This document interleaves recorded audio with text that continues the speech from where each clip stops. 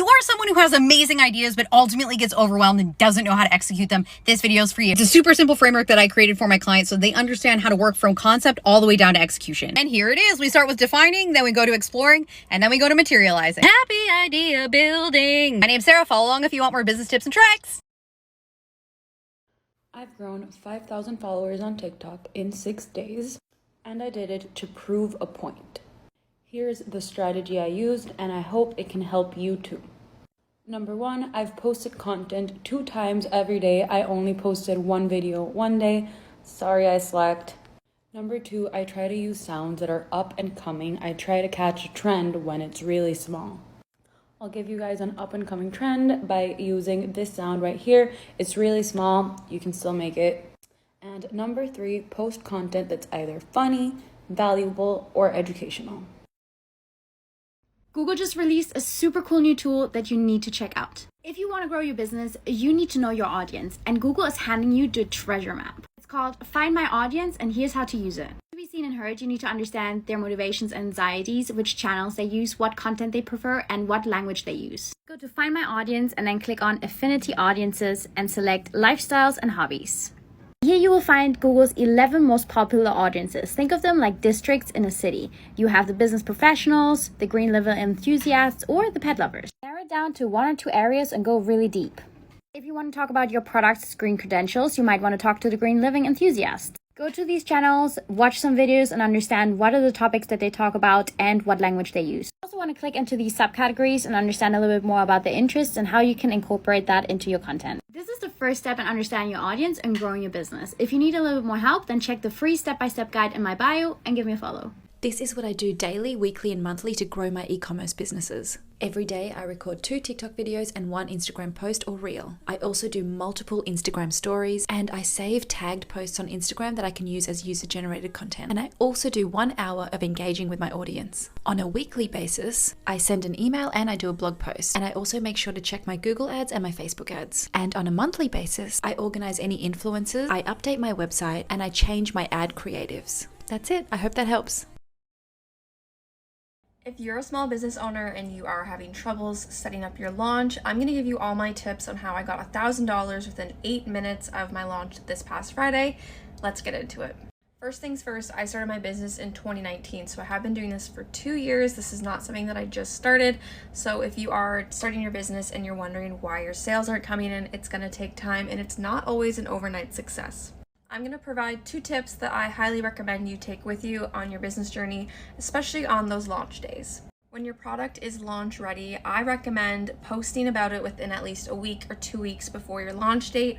If you post about it a month, people's attention spans don't usually last that long, and if it's too soon, you may not have enough hype for people to know your product well enough. Tip number 2 is going to be influencers, utilizing good influencers that you can trust and have a good relationship with so they can post about your product and it's getting in the eyes of hundreds of thousands of people was definitely beneficial for my launch. Business owners on TikTok just don't know how to market their products. So many people just focus on showing and promoting their products, making it obvious you don't get sales. Stop. No one on the For You page cares. They don't know you. Make majority of your videos about your customers. What do they struggle with? How can your product help? I would be doing videos like this. Seem like an expert in your field and stop asking for sales. That's what got me fully booked when I had no followers. Here's how you're going to go viral on Pinterest. Use the new idea pin feature. A couple of mine have been viewed over 1 million times. You can repost your TikToks, your Reels, slideshows of photos. It usually does well because Pinterest is really trying to push this feature. Follow for more tips. Here's a roundup of 10 free or cheap tools that I wish I had known about earlier in my marketing and business career. Number 10, Google Drive and Google Docs. We use this for all of our video document storage and our creative process. Everything starts pretty much as a Google Doc. At least when you're beginning, it's super easy payment collection. And then as you grow, you move to bank wires. Number 8, update to Zoom. Skype is outdated and feels old and antiquated. Number 7, ScreenFlow for super easy, quick video edits. Number 6, Canva Pro. I don't think I need to say more. It's amazing for every graphic design need you could possibly have when you're beginning. Number 5, flick.tech. This is where I do all of my hashtag research for both TikTok and Instagram. Number 4, ClickFunnels. This is where we create our lead magnets, our offers, and where we sell our products. I think I lost count. Number 3, Woofu and Typeform. We use both of them, free versions, to collect data. Number 2, Calendly or Acuity. We use both of them to help us with scheduling easily. And number 1, Jarvis for creating artificial intelligence copy. How I utilize different marketing channels to make sales. First stage is awareness. People have never heard about you. I use cold traffic, Facebook and Instagram ads, TikTok, and work on SEO for my website. Second stage is nurture. This is where I'll utilize email marketing, Instagram stories and reels, retargeting ads on Facebook and Instagram. Third stage, convert. I make sure the website is simple and easy to use, lots of social proof and reviews. User experience is key. And lastly, I'll have an onboarding journey for new members, a private Facebook group, customer only emails. So writing copy is very difficult and it's very, very necessary for your business. My name is Erin. I've made multiple 7 figures promoting products on the internet. Let me give you some help. Instead of saying you should say here's an easier way. Instead of saying you're gonna love this, say we love this because. I can help you solve that is crap. Try here's a way to solve that problem. Instead of saying you'll agree with me, say you probably already know this, but don't say you owe yourself this. Say, what do you really think that you deserve? Remember, your customer is the hero in every single story. You want to take emotional marketing to the deepest level possible. You need to go beyond solving their problem, sell them on how they're gonna feel after you solved their problem. Watch doesn't tell time, doesn't get them there on time, helps organize their life and relieve their stress. Remember, people only buy your product or service based on how it makes them feel. How it makes them feel. How it makes. I think that sounds like the most ridiculous thing ever, and I'm not into it.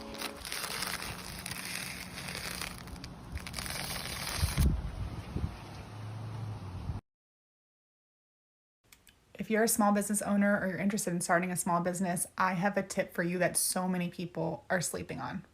But first, make sure to hit the follow button so you don't miss any of my small business tips.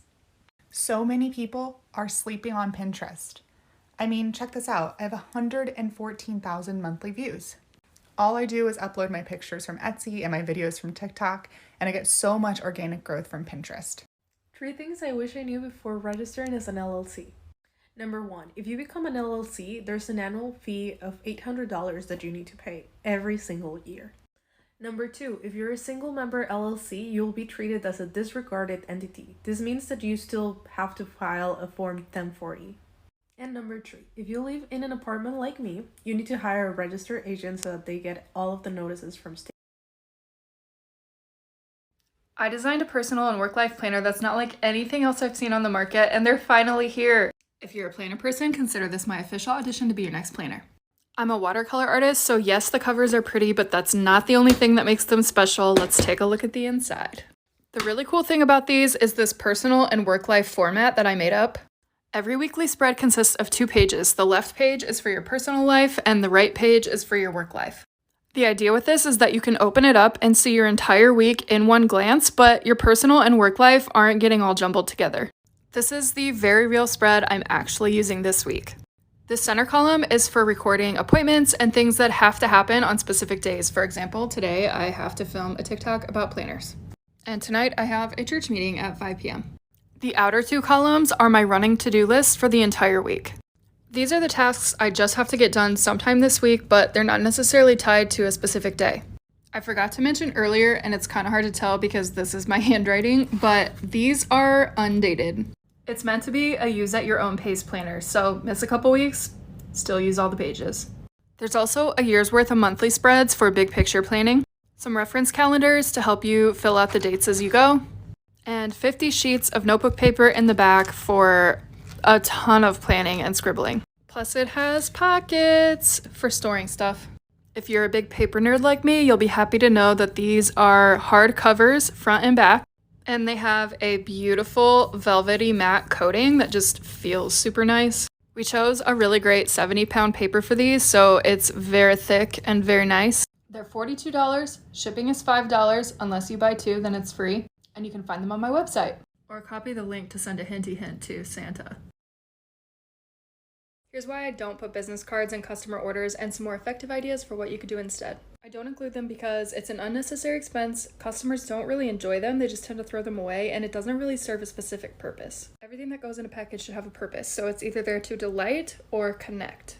If your goal is to delight customers, you could include a freebie like a piece of candy, a sample of your product like a sticker, or a little vial of lotion. I don't know what you sell. I sell greeting cards, so sometimes I'll throw in like the latest one from my collection. If you were trying to use business cards to get customers to connect with you, here's a couple other ideas you could do instead. I include a handwritten note and I use scraps from my sketchbook to write the notes on so each one is unique and special. Or maybe you were trying to get customers to go back to your website. You could use a discount code to get them shopping again. Or maybe your end goal was to get them to connect to your socials. That's fine, just ask them to. In your note, leave your handles and say, I'd love to see your review or your unboxing on IG or TikTok. Whatever you do, just make sure you know what your goal is and how your packaging helps you to accomplish it. Custom things I bought for my small business. Custom self-inking stamp from Etsy. Custom tape from Sticker Mule.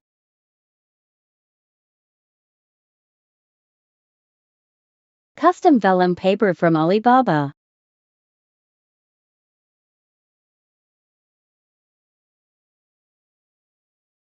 Custom jewelry box from Alibaba. Custom wax seal stamp from Etsy. Custom jewelry cleaning cloth from Alibaba. Custom print cards designed on Canva and printed on Vistaprint.